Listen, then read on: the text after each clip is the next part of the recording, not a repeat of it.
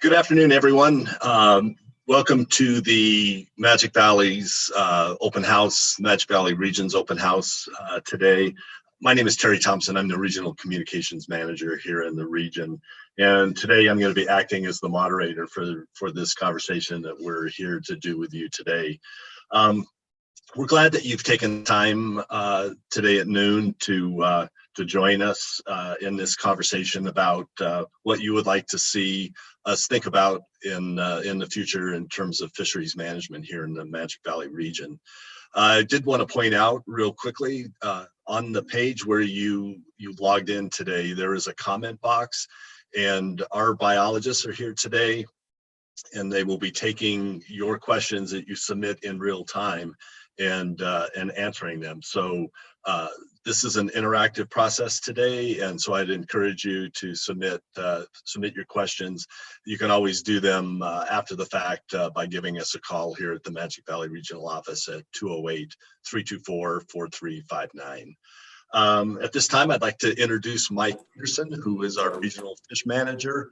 He's going to talk a little bit more about the process today and introduce our fisheries staff as well. So Mike, over to you. Thanks, Terry. I appreciate the introduction, and welcome to the Magic Valley Regional Scoping meeting. As Terry mentioned, we'll get into why we're here, a little bit more specifics. But first, I want to share my screen and introduce the regional fisheries staff here in the Magic Valley. I am Mike Peterson, the regional fisheries manager.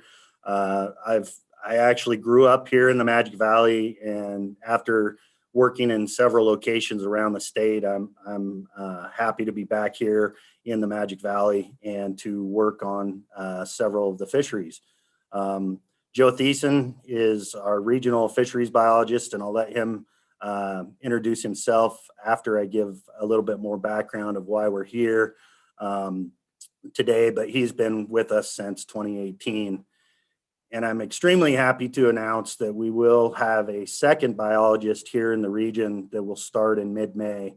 The Magic Valley region was the only remaining region that was staffed with just a regional fisheries manager and one regional fisheries biologist until this year. So I'm very happy and excited to get Connor here on board. I also want to give a shout out to Dean Grissom, who is our access site, rec site foreman. Dean is in charge of maintaining 38 access sites within the region. And although we're not specifically here today to talk about that, if there are questions or concerns related to our access site or program, we'd be happy to take those phone calls here at the office. So briefly, I just want to kind of touch on a few things to kind of outline how or why we're here today and what the purpose of this virtual open house is. This guiding document, the Fisheries Management Plan, is a guiding document for how we manage our fisheries.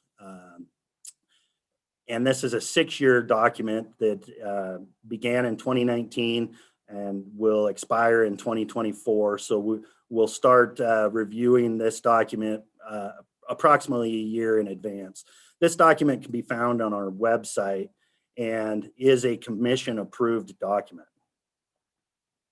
It also provides some of the sideboards of how we set our seasons as well as our bag limits, which is what we'll talk about. So to begin with, I want to talk specifically about this formal scoping process. That is between now and April 11th. But before we move forward down the list, I want to talk about the fact that anytime you have concerns over the scoping or over the 3-year cycle that the regulations occur in, feel free to reach out to us, give us a call here at the office, set up a meeting. We can discuss those concerns, those thoughts. We record that information, and then it is also part of this formal scoping process. So we may have received feedback from anglers 2 or 3 years ago that will help us develop proposals that we will submit to our Fisheries Bureau, which will kind of collate everything throughout the state. And then those ideas are presented to the commission during the May 5th and 6th meeting. After that time, we will go back to the public, and you can provide specific comments and feedback on the proposals that have made it through that process up to that point. After that, sometime in early fall, typically in September, we develop the finalized recommendations that are then presented during the November meeting to the commission. So before we really dive into today's meeting and the question and answers portion, I wanted to take a second in case some folks weren't able to watch the videos that were available online prior to this meeting, and talk about, our regulation philosophy. And these things are identified in that fish management plan. But regulations need to align with the fish management plan. We also do angler opinion surveys every few years, and we hear repeatedly from the anglers that they want simple regulations. Complex regulations are hard to understand, and so simplicity is important. We want to provide some stability to our fish populations based on this. And when we develop a proposal for a new regulation, we're hoping for some sort of biological, social, or economic outcome associated with that fishery from that regulation. We also try to provide diversity of opportunity and fairness when we're looking at developing new regulations or seasons and bag limits. In terms of the fairness, we don't want to alienate one group, with fly fishing only, or when that particular fishery may be able to handle some sort of harvest level. We also try to shape angler behavior and then shape fish populations with our regulations. In some cases, we may need to decrease harvest based on surveys and input from anglers, and in other cases, we may need to increase. So this figure shows today we're talking about the Magic Valley region, the map on the left, kind of south central Idaho. And then the figure on the right basically shows our general seasons and bag limits for the species that we have limits on within the Magic Valley. And the box at the bottom is specific to the waters within the region that have exceptions. This document is expiring at the end of this year, and this is what we are trying to update and discuss with you today with this question and answer meeting. And so with that, I would go ahead and let's get right into it and go back to Terry. Great, thanks, Mike. We actually have a first question that I'm going to throw over to Joe. And Joe, I'd encourage you to introduce yourself here when I toss this over to you. But the question was, it's actually two parts. It says they're wondering if Magic Reservoir has enough snowfall to keep from drying up this year. And then the second part is, how are the fish counts in Magic? And I will throw out this little thing. They did say that they are impressed by Joe as an employee and wanted to thank him for his knowledge and service to the agency. So Joe, do you want to take that question? Yeah, thanks, Terry, and thanks for the kind words there from whoever submitted that. My name's Joe Thiessen. I'm the regional fisheries biologist, and I'm originally from Oregon. Got my undergraduate degree at Boise State University before heading to Nebraska to get a crash course in warm water fisheries. I'm lucky enough to have made it back and work for a great department and landed a position here in the Magic Valley. So pertaining to Magic Reservoir, the last full survey that we've done there was in 2015. That reservoir tends to be on a 5 to 7 year time cycle, and as far as survey cycle. Water this year does not look great from the original forecast. I think we're hovering in the 80% for the reservoir above the snowpack reservoir. Flows from the Big Wood currently are below 10 CFS, which is about 20 to 30 CFS lower than normal. So, you know, the canal company up there, irrigation district up there, is predicting 60 to 80 days of irrigation flows from the reservoir. So that's a little bit concerning, and we see impacts from that routinely on the trout population. Back in the 2015 survey, we not only documented smallmouth, which were unauthorized introduction in there. We did not put those in there, but trout numbers were also down. In 2017, you know, we had a lot of, you know, it was a great water year. And every year since then, we've had really high catch rates based on officer creel surveys, spot creels, and we continually hear and see many big fish getting caught out of there. From a stocking standpoint, we're going to continue to stock annually with both fingerling and catchables, which we always do there. And it's, you know, as usual, that's a water dependent fishery. We hope to see some better water years in the future and good fisheries to come. So with that, Terry. Great, thanks, Joe. We have another question here, and I think I'm going to throw that one over to Mike. Is the Idaho Department of Fish and Game thinking about the increasing population growth that is currently occurring within the state, and more specifically here in the Magic Valley region? Yeah, thanks, Terry. Yeah, this is a question that we've been getting quite a fair amount over the last probably, you know, 6-8 months. As everybody's aware, the population in the state is growing at a rapid pace. It's one of the fastest growing populations in the United States currently. But, you know, one of the things that we try to do is we have a lot of tools in our bag, our surveys. You know, we have tools that allow us to monitor harvest as well as total use, and by that would include angler harvest and catch and release. And so we feel like we're in a fairly good position right now to keep managing proactively, monitor these populations periodically through time, so that you know, we're aware of problems before they become major issues with other anglers or with our angler constituents. And with that, I appreciate the question, and we'll go ahead and pass it back to Terry. Great, thanks, Mike. Here's one for Joe again. This person says, I fish on Silver Creek often throughout the year, and it seems like pelicans are much more prevalent in the area, and I see them on the creek. Can Fish and Game do anything about this? And are they eating trout, or what are they eating? Yeah, that's a very common question we get in the region here.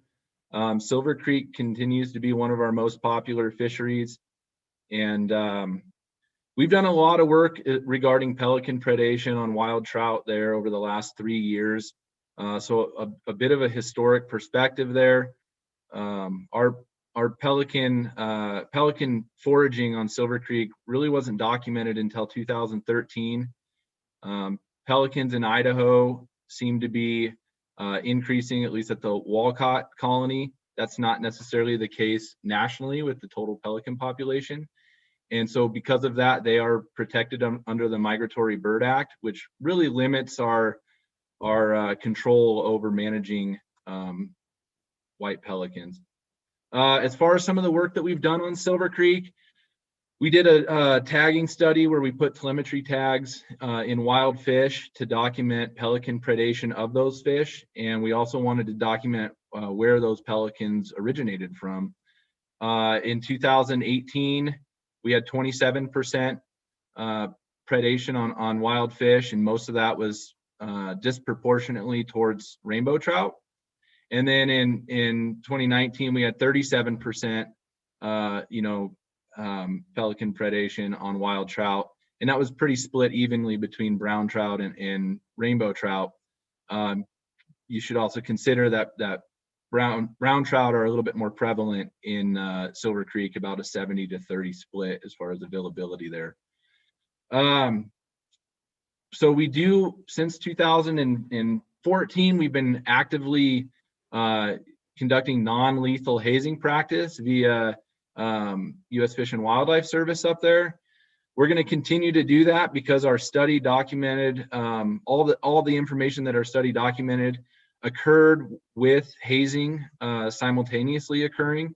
And so as of now, it appears that there's a little bit of a concern if we were to stop hazing. We did do a population estimate in 2020 on Silver Creek, and found that the rainbow trout population is stable, the brown trout population is growing.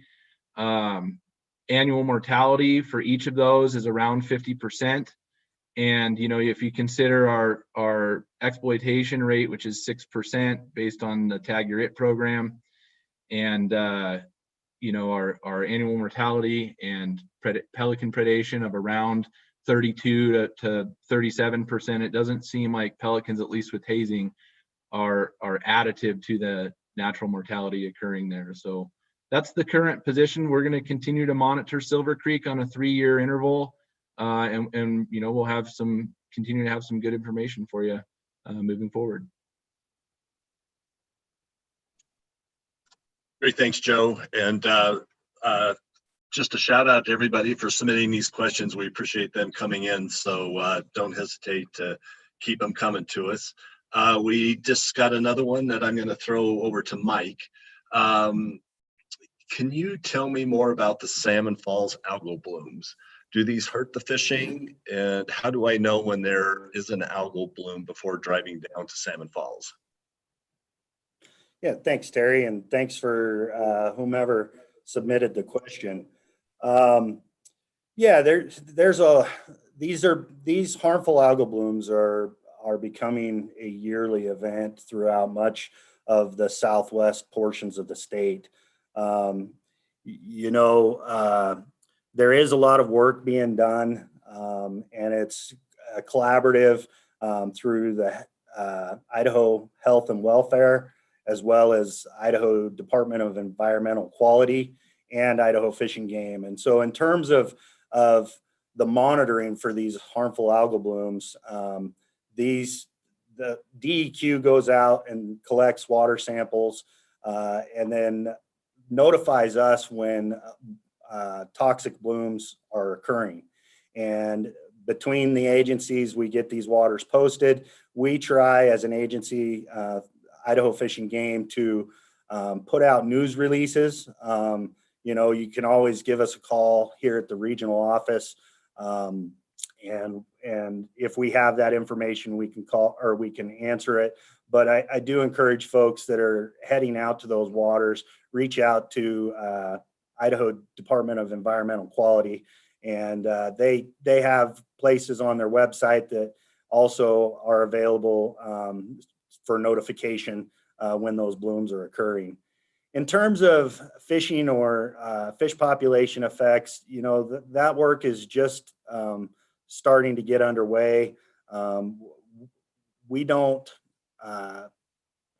really have a good answer for whether or not that's harmful to our fish populations. Currently, we don't think that there's any population level effects because we continue to monitor these same populations without seeing drastic declines in our fisheries. But that is something that is continuing to be studied where these harmful algal blooms are occurring. Again, thanks for the question, and I'll send it back to Terry. Great, thanks, Mike. Got another question for Joe. Is there any way we can have fishing year-round in parts of the Big Wood River without impacting spawning rainbow trout? Yeah, this is a good question. I assume this question, at least based on comments that I get year round from anglers, pertains to the adfluvial fish. So that's fish that reside in Magic Reservoir that move up to spawn in the spring into the Bigwood system. Currently the fishery closes to all fishing March 31st. So today would be the first day of that closure. And those fish are typically just moving into the system in the past week or 2 weeks and are going to be, more accessible in the Bigwood, moving into April. As Mike said earlier, we do have some tools in our tool bag that allow us to, I wouldn't say completely mitigate impacts to spawning fish, but at least limit impacts to spawning fish. And that would be a catch and release fishery. There might be room for that, but we still need to collect some data to look at, this would include tagging wild fish, to look at total use of the fishery in spring before moving forward with something like that. But it's a great suggestion. It's one that we hear very often because a lot of those bigger fish are, highly sought after in the spring. And something we're going to consider moving forward, when conducting our work plans and deciding the work that needs to be done on the Bigwood. Thank you for that question. Great, thanks, Joe. And just as you said, we get a lot of questions here in the office about kokanee fishing on Anderson Ranch. And we did get a question here that says, I fish at Anderson Ranch Reservoir for kokanee and have for years. The past few years, fishing has been very slow. So Mike, do you have a forecast for this spring, and is Fish and Game going to do anything to make kokanee fishing better? Yeah, thanks, Terry, for the question. This is probably the most popular phone call that I've received since I returned to the region in 2019. It's always, what is the forecast? What does kokanee fishing look like? It's become a very, very popular fishery here in the region. And we've had really successful kokanee fisheries with the exception of the last couple years. And so, unfortunately, I don't have a really good forecast again for this spring or summer fishery. It looks like it's going to be similar to last year in terms of catch rates. We'll probably see a few more fish caught earlier in the season and then see catch rates tail off later on in the season. But some of the things that we're doing to try to make kokanee fishing better, we've got several surveys and one statewide research project that's occurring within the region in terms of kokanee work. And the statewide project specifically is a size at release for the hatchery part of the program. Anderson Ranch receives a fair amount of natural production, and that's what drives the fishery for the most part, from what we've seen in the data that we've collected. However, we do stock fish, especially in years when abundance is low. And we're trying to figure out if we stock larger fish, if we see an increase in survival of those hatchery fish, if they contribute better to the fishery. And in terms of that, we're looking at fish released at 3 inches versus 4 inches. In terms of regional work within Anderson Ranch, we're also trying to stock additional kokanee. And then we are planning to do a full fish community look at Anderson Ranch this spring. Basically, we're going to be using trap nets, gill nets, and electrofishing to figure out if part of the fish community has shifted. We know that there's, or changed through time. We know that there's has been an increase in smallmouth bass. That fishery has become very popular, as well as an increase in some of the perch fishing within the reservoir. And so we want to take a look at what's going on in the reservoir as a whole. We'll also be doing our index creel surveys, as well as, 2017 was a very good year in terms of abundance within the reservoir. We know fish went up into the tributary to spawn. And then what we're missing is we never picked up the progeny from that year class of spawners within the reservoir. We haven't seen them in our gill netting. We haven't seen them show up in the fishery. And so we're not sure if there's something going on, a missing link between when those fish spawn in the tributary and are they making it back into the reservoir. So we will be doing additional work in August where we're towing a big net at night around the reservoir, trying to collect age 0 and age 1 fish within the system. So we are actively trying to learn as much as we can. This is a very important fishery to the region. And I myself try to fish for kokanee as often as I can at Anderson Ranch. And so this is a priority for a lot of reasons within the region. And with that, I'll send it back to Terry. Excellent. Thanks, Mike. And we got this other question, and I'm going to send it to Joe because he gets the joy of getting up to these high mountain lakes in our region every summer. So Joe, what is going on with high mountain lake fishing opportunities here in the Magic Valley region? Yeah, this is my favorite thing to talk about. It's my favorite thing to do. It's my favorite part of my job. High mountain lakes have been, I wouldn't say neglected, but we have a data gap from a lot of years that exceeds, 20 years plus, with some lakes that we've been stocking since the 70s that we've never sampled before. So when I got to the region in 2018, I wanted to make that a priority because we do receive a lot of calls, and I'm happy this question came up. So since 2019, we've sampled in the region here 50 lakes. That's everything from 1 mile hiking, easy hiking for your families, to everything to 10 plus miles with some off trail and mountaineering access to get to it. We do stock a variety of species. Our program's somewhat going through a little bit of a revamp right now. Kind of the direction we're heading is to minimize native fish impacts, to stabilize fisheries, as well as to provide, that diversity and opportunity for species. We currently stock grayling, golden trout, rainbow trout, and cutthroat at our high mountain lakes. One in particular, there's one lake, since this is a regulation meeting today, there's one lake in our region that has special regulations. That's Baker Lake in the Big Wood drainage. It currently, has 2 trout limit, none under 20, no bait, Bartles hooks. The little history there, that was supposed to be our golden trout broodstock lake. And so those regulations were implemented back in the late 80s, early 90s. We currently don't see any golden trout there. It's actually all switched to brown trout. And we've never documented a fish exceeding 20 inches in any survey there. That is one of the rare lakes that we've gotten to on pretty good intervals since the 90s, since that golden trout based regulation got put in place. So fishing is good. I hope to have more water in the high country, sustain some of these fisheries. The summer months aren't usually an issue, but winter kill and winter survival tends to be more of an issue. And so, I hope to see good things to come. And if anybody has any questions, feel free to call the office here.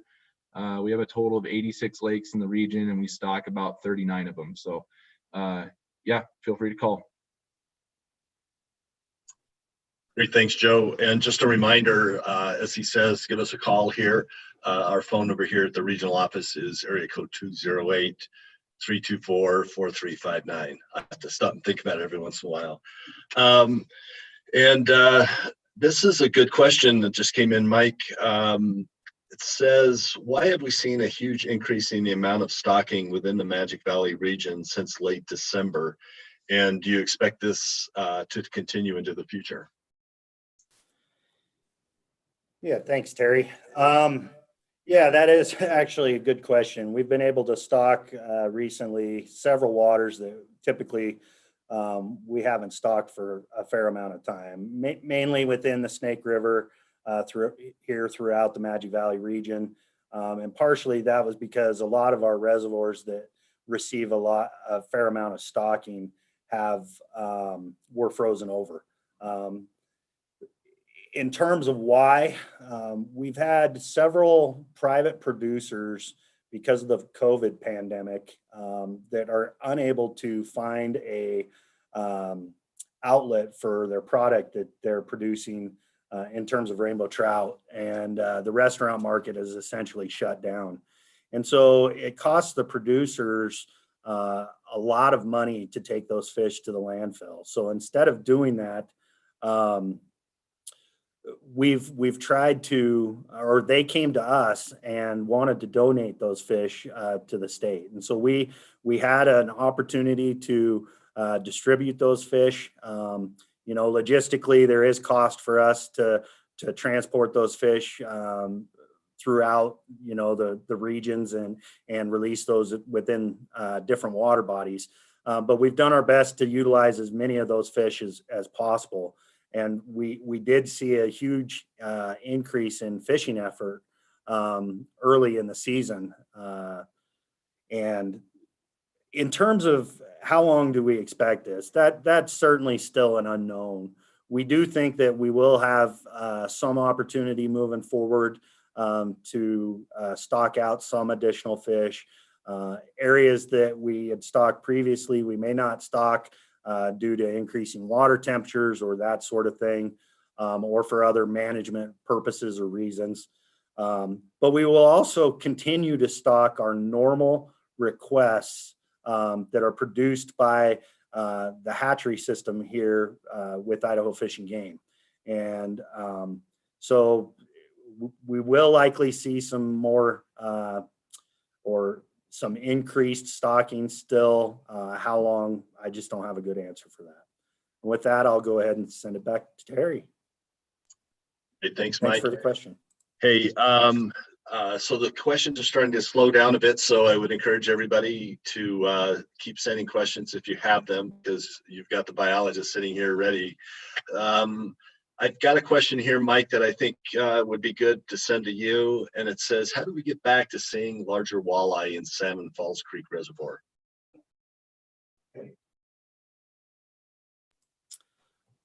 Thank you for that.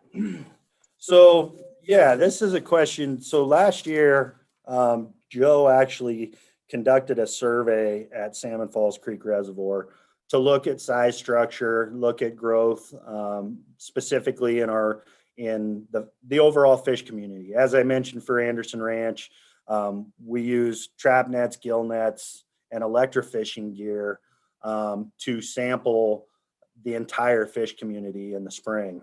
And we were able to identify that we have seen a decrease in size for walleye within Salmon Falls Creek Reservoir. Now, the other thing that we identified is that the lake is full of predators with not very much of a forage base or prey. There's not very many small fish, suckers or perch or crappie. In terms of the survey, we only sampled 5 species. We sampled walleye, smallmouth bass, rainbow trout, large scale suckers, and yellow perch. We also, I guess there was 6 species. We sampled 1 northern pike minnow. So that's telling you that the lake is full of predators that are looking for prey to feed on. So how do we get back? How do we increase size? Well, one of the things that we are doing immediately is we are reducing our stocking moving forward. The aging data that the stocking of walleye moving forward. The aging data that we collected shows that we have several year classes stocked up or stacked up. And so essentially they're growing really well. There's enough food resources out there to grow between 9 and 13 inches. And after that, which is about the time they would switch to piscivory and start eating other fish, we have 3 to 4, maybe 5 age classes of fish that are stacked up in that size range. And so first thing we need to do is stop adding to that. So we're going to reduce stocking, and then we also need to likely increase harvest a little bit to thin those out, so that some of them we'll see a shift in our prey base. We'll likely see an increase in yellow perch, an increase in crappie, maybe also in the sucker and pike minnow population, which will all help us kind of get this thing turned back around. And then with time, we will readjust how we stock fish once we rebuild that prey base. And if you have any more questions related to that, feel free to reach out to us. I appreciate the question, and I'll send it back to Terry. Great. And we did get another question in here, and it's kind of similar to Anderson Ranch, where things have changed a little bit. Joe, can you take this one? Lake Walcott trout fishing has changed over the past 5 years, and I do not think it's been for the better. What has the department done to address the lower fishing success? Yeah, thanks, Terry. About 3 years ago, I'm not surprised that we still get comments on Walcott. About 3 years ago, we had a large angler group of about 30 anglers that came to us with some concerns. They historically caught some big rainbows there, and they weren't seeing that anymore. That said, we continue to hear some of these comments of our stocking practices, switching to catchables, and of course you continue to hear complaints about pelicans actively feeding on our stocking out plants. Some of the work that we've done there in regards to catchable trout as well as pelican predation is the research department out of Nampa did a statewide pelican exploitation, so a pelican predation study on hatchery trout. Walcott was a part of that, so it received some pit tag transmitters that went into stocked fish and documented roughly about 48% of our catchable trout were being consumed by pelicans and or cormorants. So that's a definite concern. To mitigate that, in the last couple of years, we've switched to a fall outplanting. So all the fish that used to go in the spring through June, we've switched and we do outplantings in November and October after pelicans have flown south. And so that has helped a little bit.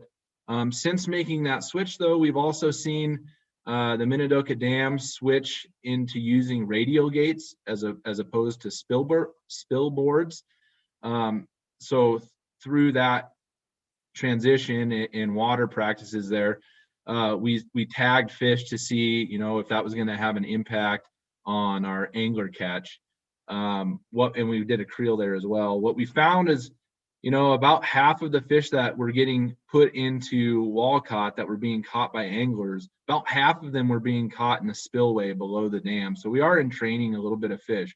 Now those fish historically have been put in at the Walcott State Park, which is on the lower end of the reservoir near the dam. So we've switched our stocking out plants to Gifford Springs, which is up on the Snake Arm, that is a little bit higher in the system. And we have not documented or put tags out on that stocking group yet. So that's something that we look forward to doing in the near future. But with some of those changes, it's really limited as far as how much you can document those fish moving through the system, especially with the entrainment. We might consider something like a pit tag study or something like that, where we can put an array on the dam and really get at entrainment to see if that's driving the limitation there for these catchable trout. But I appreciate the question, and if there's any other follow-up questions to that, feel free to give us a call. Excellent. Thanks, Joe. And things are slowing down a bit. So we're down to just one more question in the queue here. I'm going to kick this over to Mike. Can Fish and Game provide additional panfish opportunities within the Magic Valley so that residents don't need to travel clear over to CJ Strike Reservoir? Yeah, Thanks, Terry, for the question. Yeah, we get this question a fair amount, so it doesn't surprise me to see it today. Um, we are actively trying to do some things to increase pan fishing opportunity here in the region. Um, there's several things that have led to the decrease in panfish populations throughout the region. One of them is, as Joe mentioned, pelicans within the region. Typically, pelicans are foraging in fairly shallow water. In terms of feed, that bluegill in shallow weed beds during the spawning season is prime forage base for pelicans, and some of our fisheries have hurt from that. But we are actively trying to develop what we're calling grow out ponds, where we can produce bluegill and largemouth bass to restock into fisheries that have declined populations. This is kind of a trial basis right now. We put some bluegill in one of the ponds last year, and we're trying to, we will likely put some largemouth bass in a pond this year and then monitor those. And those will be, we'll harvest fish out of those to stock in other water bodies moving forward. So that's one of the things that we're doing. We also have opportunities with changes in water use. Murtaugh Lake and Wilson Lake may provide some opportunity because of when water is coming into those systems, that we may be able to rebound or reestablish and rebuild some panfish opportunities there as well. So stay tuned. We are actively working in terms of panfish throughout the region and several of our warm water fisheries. That is one of the things that the new biologist is going to be focused on moving forward. And with that, I'll go ahead and send it back to Terry. Well, we don't have any more questions in today, so I think we're probably going to go ahead and close this down for today. But that does not mean that we're stopping the taking suggestions, comments, questions from folks. So continue to send those in. The comment period or is open until April 11th. Again, you can always give us a call here at the Magic Valley Regional Office at 208-324-4359. Talk to Mike, talk to Joe. They're more than willing. They may be in the field, so they may have to call you back, but don't hesitate to keep your suggestions coming in. And with that, does anybody have anything else they'd like to add?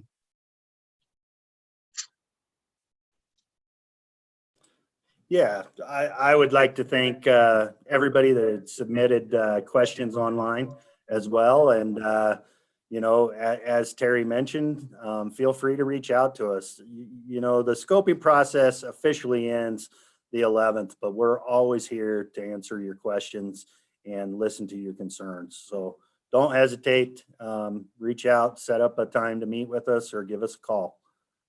And with that, thanks for your time today. And until next time.